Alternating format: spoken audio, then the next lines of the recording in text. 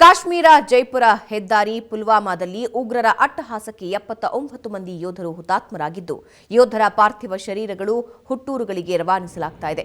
ಮಂಡ್ಯದ ಗಂಡು ವೀರ ಯೋಧ ಗುರು ಪಾರ್ಥಿವ ಶರೀರವನ್ನ ಕೂಡ ಕರುನಾಡಿನತ್ತ ರವಾನಿಸಲಾಗುತ್ತಿದೆ.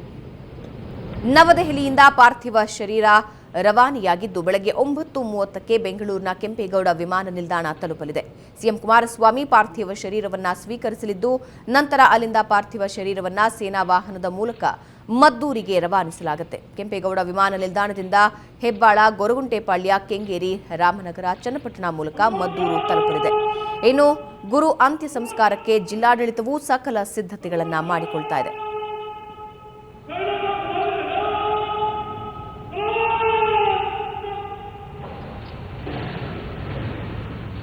ಪಾಲಂ ವಾಯುನೆಲೆಯಲ್ಲಿ ಪ್ರಧಾನಿ ನರೇಂದ್ರ ಮೋದಿ ಹುತಾತ್ಮ ಯೋಧರಿಗೆ ಅಂತಿಮ ನಮನ ಸಲ್ಲಿಸ್ತಾ ಇರುವಂತಹ ದೃಶ್ಯ ನೀವು ನೋಡ್ತಾ ಇದ್ದೀರಾ. ಕೆಲವೇ ಕ್ಷಣಗಳಲ್ಲಿ ದೆಹಲಿಯಿಂದ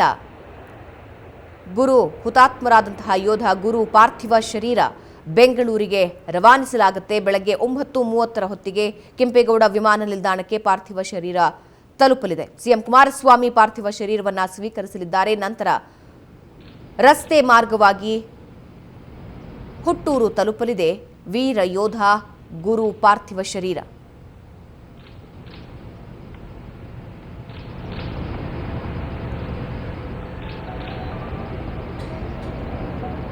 ಸೇನೆಯ ಹೆಲಿಕಾಪ್ಟರ್ನಲ್ಲಿ ಬೆಂಗಳೂರಿಗೆ ಪಾರ್ಥಿವ ಶರೀರವನ್ನು ತೆಗೆದುಕೊಂಡು ಬರಲಾಗುತ್ತೆ.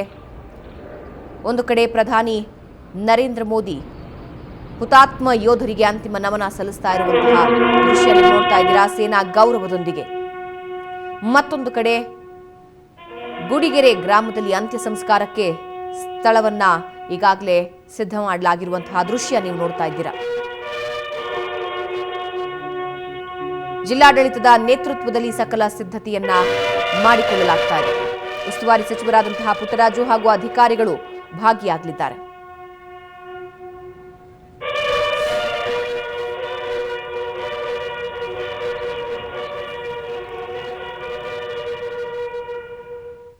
ಈ ಬಗ್ಗೆ ಇನ್ನಷ್ಟು ಮಾಹಿತಿ ನೀಡೋದಕ್ಕೆ ಕೆಂಪೇಗೌಡ ಅಂತಾರಾಷ್ಟ್ರೀಯ ವಿಮಾನ ನಿಲ್ದಾಣದ ಬಳಿಯಿಂದ ರಮೇಶ್ ನೇರ ಸಂಪರ್ಕದಲ್ಲಿದ್ದಾರೆ. ರಮೇಶ್, 49 ಜನ ಸೈನಿಕರು ಹುತಾತ್ಮರಾಗಿದ್ದಾರೆ. ಇದರ ಜೊತೆಗೆ ಮತ್ತಷ್ಟು ನಮ್ಮ ಪ್ರತಿನಿಧಿಗಳು ಕೂಡ ನಮ್ಮನ್ನು ಜಾಯ್ನ್ ಆಗ್ತಿದ್ದಾರೆ. ಮಂಡ್ಯದಿಂದ ಗುರು ನಿವಾಸದಿಂದ ನಂದನ್ ಜಾಯ್ನ್ ಆಗ್ತಾ ಇದ್ದಾರೆ. ಮತ್ತೊಂದು ಕಡೆ ಅಂತ್ಯ ಸಂಸ್ಕಾರ ನಡೆಯುವಂತಹ ಸ್ಥಳದಿಂದ ಚೇತನ್ ಜಾಯ್ನ್ ಆಗ್ತಾ ಇದ್ದಾರೆ. ಮೊದಲಿಗೆ ರಮೇಶ್ ಕೆಂಪೇಗೌಡ ಅಂತಾರಾಷ್ಟ್ರೀಯ ವಿಮಾನ ನಿಲ್ದಾಣದಿಂದ ನೇರ ಸಂಪರ್ಕದಲ್ಲಿದ್ದಾರೆ. ರಮೇಶ್, 9:30 ಹೊತ್ತಿಗೆ ವೀರ ಯೋಧ ಗುರು ಪಾರ್ಥಿವ ಶರೀರವನ್ನ ಕೆಂಪೇಗೌಡ ಅಂತಾರಾಷ್ಟ್ರೀಯ ವಿಮಾನ ನಿಲ್ದಾಣಕ್ಕೆ ತೆಗೆದುಕೊಂಡು ಬರಲಾಗುತ್ತೆ. ಯಾರೆಲ್ಲರೂ ಕೂಡ ಈ ಸಂದರ್ಭದಲ್ಲಿ ಅಲ್ಲಿ ಹಾಜರಿರ್ತಾರೆ, ಯಾವ ರೀತಿ ವ್ಯವಸ್ಥೆಯನ್ನ ಅಲ್ಲಿ ಮಾಡಿಕೊಳ್ಳಲಾಗಿದೆ? ಭಾವನಾ, 9:30 ಸುಮಾರಿಗೆ ಬೆಂಗಳೂರಿನ ಕೆಂಪೇಗೌಡ ಏರ್ಪೋರ್ಟ್ಗೆ ಪಾರ್ಥಿವ ಶರೀರ ಗುರು ಪಾರ್ಥಿವ ಶರೀರ ಬರುತ್ತೆ ಅನ್ನುವಂಥ ಮಾಹಿತಿ ಲಭ್ಯ ಆಗ್ತಿರುವಂಥದ್ದು. ನಮಗೀಗ ದೆಹಲಿಯಲ್ಲಿ ಈಗಾಗಲೇ ವಿಶೇಷ ಸೇನಾ ಹೆಲಿಕಾಪ್ಟರ್ಗೆ ಈಗಾಗಲೇ ಅವರ ಮೃತದೇಹವನ್ನು ಕೂಡ ಲೋಡ್ ಮಾಡಿರುವಂತಹದ್ದು. ಇನ್ನೇನು ಕೆಲವೇ ಹೊತ್ತಿನಲ್ಲಿ ದೆಹಲಿಯಿಂದ ಆ ಒಂದು ಹೆಲಿಕಾಪ್ಟರ್ ಹೊರಡುತ್ತೆ ಅನ್ನುವಂಥ ಮಾಹಿತಿ ಲಭ್ಯ ಆಗ್ತಿರುವಂಥದ್ದು. ಈ ಸದ್ಯಕ್ಕೆ 9:30 ಸುಮಾರಿಗೆ ಇಲ್ಲಿಗೆ ತಲುಪುತ್ತೆ ಬೆಂಗಳೂರಿಗೆ ಅನ್ನುವಂಥ ಮಾಹಿತಿ ಇರುವಂಥದ್ದು. ಅದಕ್ಕೂ ಮೊದಲು ತಿರುಚಿ ಮತ್ತು ಮದುರೈಗೆ ಕೂಡ ಅಲ್ಲಿನ ಕೆಲ ಯೋಧರ ಮೃತದೇಹವನ್ನು ಅಲ್ಲಿಗೆ ಕೊಟ್ಟು ಅದಾದ ನಂತರ ಬೆಂಗಳೂರಿಗೆ ಬರುವಂಥದ್ದು. ಆದರೆ ಇನ್ನೂ ಸ್ವಲ್ಪ ತಡ ಆಗ್ಬೋದು ಅನ್ನುವಂಥ ಮಾಹಿತಿ ಒಂದು ಕಡೆ ಸಿಗ್ತಾ ಇರುವಂಥದ್ದು. ಹಾಗಾಗಿ ಮೃತದೇಹ ವೀರ ಯೋಧ ಗುರು ಮೃತದೇಹ ಬೆಂಗಳೂರಿಗೆ ಬಂದ ಸಂದರ್ಭದಲ್ಲಿ ಆ ಒಂದು ಮೃತದೇಹಕ್ಕೆ ಒಂದು ಗೌರವ ಸಮರ್ಪಣೆಯನ್ನು ಸಲ್ಲಿಸಲಿಕ್ಕೆ ಖುದ್ದಾಗಿ ಮುಖ್ಯಮಂತ್ರಿ ಕುಮಾರಸ್ವಾಮಿ, ಉಪಮುಖ್ಯಮಂತ್ರಿ ಜಿ ಪರಮೇಶ್ವರ್ ಜೊತೆಗೆ ಸರ್ಕಾರದ ಮುಖ್ಯ ಕಾರ್ಯದರ್ಶಿ ವಿಜಯ್ ಭಾಸ್ಕರ್ ಕೂಡ ಏರ್ಪೋರ್ಟ್ಗೆ ಆಗಮಿಸಲಿದ್ದಾರೆ. ಅಂದರೆ ಇನ್ನೇನು ಒಂದು 9 ಗಂಟೆ ಸುಮಾರಿಗೆ DCM, CM ಎಲ್ಲರೂ ಕೂಡ ಬರ್ತಿದ್ದಾರೆ ಅನ್ನುವಂಥ ಮಾಹಿತಿ ಲಭ್ಯ ಆಗ್ತಿರುವಂಥದ್ದು. ಜೊತೆಗೆ ಪಾರ್ಥಿವ ಶರೀರವನ್ನು ಬೈ ರೋಡ್ ಅಂದರೆ ಬೆಂಗಳೂರಿನಿಂದ ಹೆಬ್ಬಾಳ ಜೊತೆಗೆ ಗೊರಗುಂಟೆಪಾಳ್ಯ ಮೂಲಕ ಕೆಂಗೇರಿಗೆ ತಲುಪಿ ಕೆಂಗೇರಿಯಿಂದ ಮದ್ದೂರಿಗೆ ಹೋಗುತ್ತೆ ಅನ್ನುವಂಥ ಮಾಹಿತಿ ಲಭ್ಯ ಆಗ್ತಿರುವಂಥದ್ದು. ಮದ್ದೂರಿಗೆ ಅಂದರೆ ಗುರು ಅವರ ಹುಟ್ಟೂರಿಗೆ ತಲುಪುವವರೆಗೂ ಕೂಡ ಬೆಂಗಳೂರು ಪೊಲೀಸರು ಸೇನೆ ಏನೋ ಒಂದು ವಾಹನ ಇದೆ ಮೃತದೇಹವನ್ನು ಹೊತ್ತು ಹೋಗುವಂಥ ವಾಹನಕ್ಕೆ ಎಸ್ಕಾರ್ಟ್ನ ಮೂಲಕ ತೆಗೆದುಕೊಂಡು ಹೋಗ್ತಾರೆ ಅಂತ ಮಾಹಿತಿ ಲಭ್ಯ ಆಗ್ತಿರುವಂಥದ್ದು. ಹಾಗಾಗಿ ಏನೋ ಇವತ್ತು 9:30 ಸುಮಾರಿಗೆ ಬೆಂಗಳೂರಿಗೆ ಆಗಮಿಸಿದ್ದು. ಇಲ್ಲಿ ಕೂಡ ಕೆಲವು CM ಸೇರಿದಂತೆ ಕೆಲವು ಹಿರಿಯರು ಅವರಿಗೆ ಮೃತದೇಹಕ್ಕೆ ಒಂದು ಗೌರವ ಸಮರ್ಪಣೆ ಸಲ್ಲಿಸಿದ ನಂತರ ಹುಟ್ಟೂರಿಗೆ ಹೋಗುತ್ತೆ ಅನ್ನುವಂಥ ಮಾಹಿತಿ ನಮಗೆ ಸಿಗ್ತಾ ಇರುವಂತಹದ್ದು. ಭಾವನಾ, ಮತ್ತೊಂದು ಕಡೆ ಮಂಡ್ಯದ ಗುರು ನಿವಾಸದ ಬಳಿಯಿಂದ ನಂದನ್ ನಮ್ಮೊಂದಿಗೆ ನೇರ ಸಂಪರ್ಕದಲ್ಲಿದ್ದಾರೆ. ನಂದನ್, ವಿಷಯ ಗೊತ್ತಾದ ಕ್ಷಣದಿಂದ ಕುಟುಂಬಸ್ಥರ ಸ್ಥಿತಿಯನ್ನ ಯಾರು ಕೂಡ ನೋಡೋದಕ್ಕೆ ಸಾಧ್ಯ ಆಗ್ತಾ ಇಲ್ಲ. ಕರಳು ಚುರ್ ಅನ್ನುವಂತಹ ಸನ್ನಿವೇಶ ಅಲ್ಲಿ ಸೃಷ್ಟಿಯಾಗಿರುವಂತಹದ್ದು. ಈಗಿನ ಪರಿಸ್ಥಿತಿಯನ್ನ ವಿವರಿಸೋದಾದ್ರೆ ನಂದನ್. ಖಂಡಿತವಾಗ್ಲೂ ಭಾವನಾ, ಗುರು ಅವರ ಸಾವಿನ ವಿಷಯ ಗೊತ್ತಾಗ್ತಾ ಇದ್ದಂಗೆ ಅವರ ಕುಟುಂಬಸ್ಥರು ಸೇರಿದಂತೆ ಜಿಲ್ಲೆಯ ಜನರಲ್ಲೂ ಕೂಡ ಒಂದು ಆಘಾತಕ್ಕೆ ಒಳಗಾಗಿದ್ರು. ಇದೀಗ ಗುರು ಅವರ ಪಾರ್ಥಿವ ಶರೀರದ ಬರುವಿಕೆ ನಿರೀಕ್ಷೆಯಲ್ಲಿ ಕುಟುಂಬಸ್ಥರು ಮತ್ತು ಸ್ನೇಹಿತರು ಇರುವಂಥದ್ದು. ಈಗಾಗಲೇ ಗುರು ನಿವಾಸದ ಬಳಿ ಮತ್ತು ಅಂತ್ಯ ಸಂಸ್ಕಾರ ನಡೆಯೋ ಜಾಗದಲ್ಲಿ ಎಲ್ಲ ರೀತಿಯ ಸಕಲ ಸಿದ್ಧತೆಗಳನ್ನ ಮಾಡ್ಕೊಳ್ಳಲಾಗಿರುವಂಥದ್ದು. ಜಿಲ್ಲಾಡಳಿತ ಗುರು ಅವರ ಅಂತ್ಯ ಸಂಸ್ಕಾರದ ನೇತೃತ್ವವನ್ನು ವಹಿಸಿಕೊಂಡು ಈಗಾಗಲೇ ಅದಕ್ಕೆ ಬೇಕಾದಂಥ ಎಲ್ಲ ವ್ಯವಸ್ಥೆಗಳನ್ನ ಮಾಡಿಕೊಳ್ಳಲಾಗಿದೆ.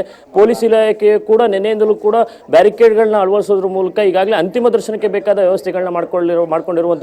ಎರಡು ಕಡೆಗಳಲ್ಲಿ ಅಂತಿಮ ದರ್ಶನಕ್ಕೆ ವ್ಯವಸ್ಥೆ ಮಾಡಲಾಗಿದೆ ಅಂತ ಸಚಿವ ಡಿ.ಸಿ. ತಮ್ಮಣ್ಣವರು ಮಾಹಿತಿಯನ್ನು ನೀಡ್ತಾ ಇದ್ರು. ಅಂದರೆ ಗುರು ನಿವಾಸದ ಬಳಿ ಇರುವಂತಹ ಮುಂಭಾಗದ ಜಾಗದಲ್ಲಿ ಅವರ ಪಾರ್ಥಿವ ಶರೀರವನ್ನು ಇಟ್ಟು ಅಲ್ಲಿ ಕೆಲ ಕಾಲ ಅಂತಿಮ ದರ್ಶನಕ್ಕೆ ವ್ಯವಸ್ಥೆಯನ್ನು ಕೊಟ್ಟು ಇಲ್ಲಿ ಬರುವಂಥ ಸಾರ್ವಜನಿಕರಿಗೆ ಯಾವುದೇ ರೀತಿ ಅವರ ಅಂತಿಮ ದರ್ಶನ ಪಡ್ಕೊಳ್ಳೋದಕ್ಕೆ ತೊಂದರೆ ಆಗದ ರೀತಿಯಲ್ಲಿ ಈಗಾಗಲೇ ಪೊಲೀಸ್ ಇಲಾಖೆ ಬ್ಯಾರಿಕೇಡ್ಗಳನ್ನ ನಿಯೋಜನೆ ಮಾಡೋದ್ರ ಮೂಲಕ ಒಂದು ವ್ಯವಸ್ಥಿತವಾಗಿ ಈಗಾಗಲೇ ಎಲ್ಲ ಸಿದ್ಧತೆಗಳನ್ನ ಮಾಡ್ಕೊಂಡಿರುವಂಥದ್ದು. ಮತ್ತೊಂದೆಡೆ ಅವರ ಅಂತ್ಯ ಸಂಸ್ಕಾರ ನಡೆಯೋ ಜಾಗದಲ್ಲಿ ಅಲ್ಲೂ ಕೂಡ ಅಂತಿಮ ದರ್ಶನಕ್ಕೆ ವ್ಯವಸ್ಥೆಯನ್ನು ಮಾಡಿಕೊಳ್ಳಲಾಗಿರುವಂಥದ್ದು. ಆಗ್ಲಿಕ್ಕೆ ಅಲ್ಲೂ ಕೂಡ ಎಲ್ಲ ರೀತಿಯ ಸಕಲ ಸಿದ್ಧತೆಗಳನ್ನ ಮಾಡಿಕೊಳ್ಳಲಾಗಿದೆ. ಆದರೆ ಇಲ್ಲಿ ಇನ್ನೊಂದು ಗಮನಿಸೋದಾದ್ರೆ, ಒಂದು 2 ದಿನಗಳಿಂದಲೂ ಕೂಡ ಗುರುವರ ಸಾವಿನ ಸುದ್ದಿ ತಿಳಿದಾಗ್ಲಿಂದನೂ ಕೂಡ ಇಲ್ಲಿನ ಕುಟುಂಬಸ್ಥರ ರೋದನೆ ಮುಗಿಲು ಮುಟ್ಟಿದೆ ಅಂತಲೇ ಹೇಳ್ಬೋದು. ಮಗನ ಕಳ್ಕೊಂಡಂಥ ದುಃಖದಲ್ಲಿ ತಾಯಿ ಕೂಡ ಕಳೆದ 2 ದಿನಗಳಿಂದ ಒಂದು ರೀತಿ ಮೂಕ ವೇದನೆಯನ್ನು ಅನುಭವಿಸ್ತಾ ಇರುವಂಥದ್ದು ಇಲ್ಲಿ ದೃಶ್ಯಗಳಲ್ಲಿ ಗಮನಿಸ್ಬೋದು. 2 ದಿನಗಳಂದ್ರೆ ಮೊನ್ನೆ ರಾತ್ರಿಯಿಂದಲೂ ಕೂಡ ಇವರ ನೋವೇನಿದೆ ಅದಕ್ಕೆ ಇನ್ನೂ ಕೂಡ ಕಡಿಮೆ ಆಗಿಲ್ಲ ಅಂತಲೇ ಹೇಳ್ಬೋದು. ಅಂದರೆ ಈಗ ಇವರಲ್ಲಿರೋ ಒಂದು ಪ್ರಶ್ನೆ ಏನಿತ್ತು ಅಂದರೆ, ನಿನ್ನೆ ರಾತ್ರಿ 10 ಗುರುವರ ಪಾರ್ಥಿವ ಶರೀರ ಬೆಂಗಳೂರಿಗೆ ಬರುತ್ತೆ. ಒಂದು ಬೆಳಗಿನ ಜಾವ 4 ಗಂಟೆ ಅಷ್ಟರಲ್ಲಿ ಹುಟ್ಟೂರು ಸ್ವಗ್ರಾಮಕ್ಕೆ ಅವರ ಮೃತದೇಹ ಬರುತ್ತೆ ಅನ್ನೋ ನಿರೀಕ್ಷೆಯಲ್ಲಿದ್ದರು. ಆದರೆ ಕೆಲ ಕಾರಣಾಂತರಗಳಿಂದ ವಿಶೇಷ ವಿಮಾನ ರದ್ದಾಗಿತ್ತು. ಆ ಕಾರಣಕ್ಕಾಗಿ ಇಂದು ಬೆಳಗ್ಗೆ 9:15 ಸುಮಾರಿಗೆ ಗುರುವರ ಪಾರ್ಥಿವ ಶರೀರ ಬರ್ಬೋದು ಅನ್ನೋ ನಿರೀಕ್ಷೆಯಲ್ಲಿರುವಂಥದ್ದು. ಒಟ್ಟಾರೆಯಾಗಿ ಅವರ ಅಂತಿಮ ಸಂಸ್ಕಾರಕ್ಕೆ ಗುರುವರ ನಿವಾಸದ ಬಳಿ ಮತ್ತು ಅಂತಿಮ ದರ್ಶನಕ್ಕೆ ಎಲ್ಲ ರೀತಿಯ ವ್ಯವಸ್ಥೆಯನ್ನು ಮಾಡಿಕೊಳ್ಳಲಾಗಿರುವಂಥದ್ದು. ಭಾವನಾ, ಎಸ್, ಮತ್ತೊಂದು ಕಡೆ ಅಂತ್ಯ ಸಂಸ್ಕಾರ ನಡೆಯುವ ಸ್ಥಳದಿಂದ ಚೇತನ್ ನಮ್ಮೊಂದಿಗೆ ನೇರ ಸಂಪರ್ಕದಲ್ಲಿದ್ದಾರೆ. ಚೇತನ್, ಜಿಲ್ಲಾಡಳಿತದ ವತಿಯಿಂದ ಎಲ್ಲಾ ರೀತಿಯ ವ್ಯವಸ್ಥೆಯನ್ನ ಮಾಡಿಕೊಳ್ಳಲಾಗಿದೆ ಅಂತ ಹೇಳಲಾಗ್ತಾ ಇದ್ದು, ಅಲ್ಲಿನ ಸನ್ನಿವೇಶ ವಿವರಿಸೋದಾದ್ರೆ ಚೇತನ್.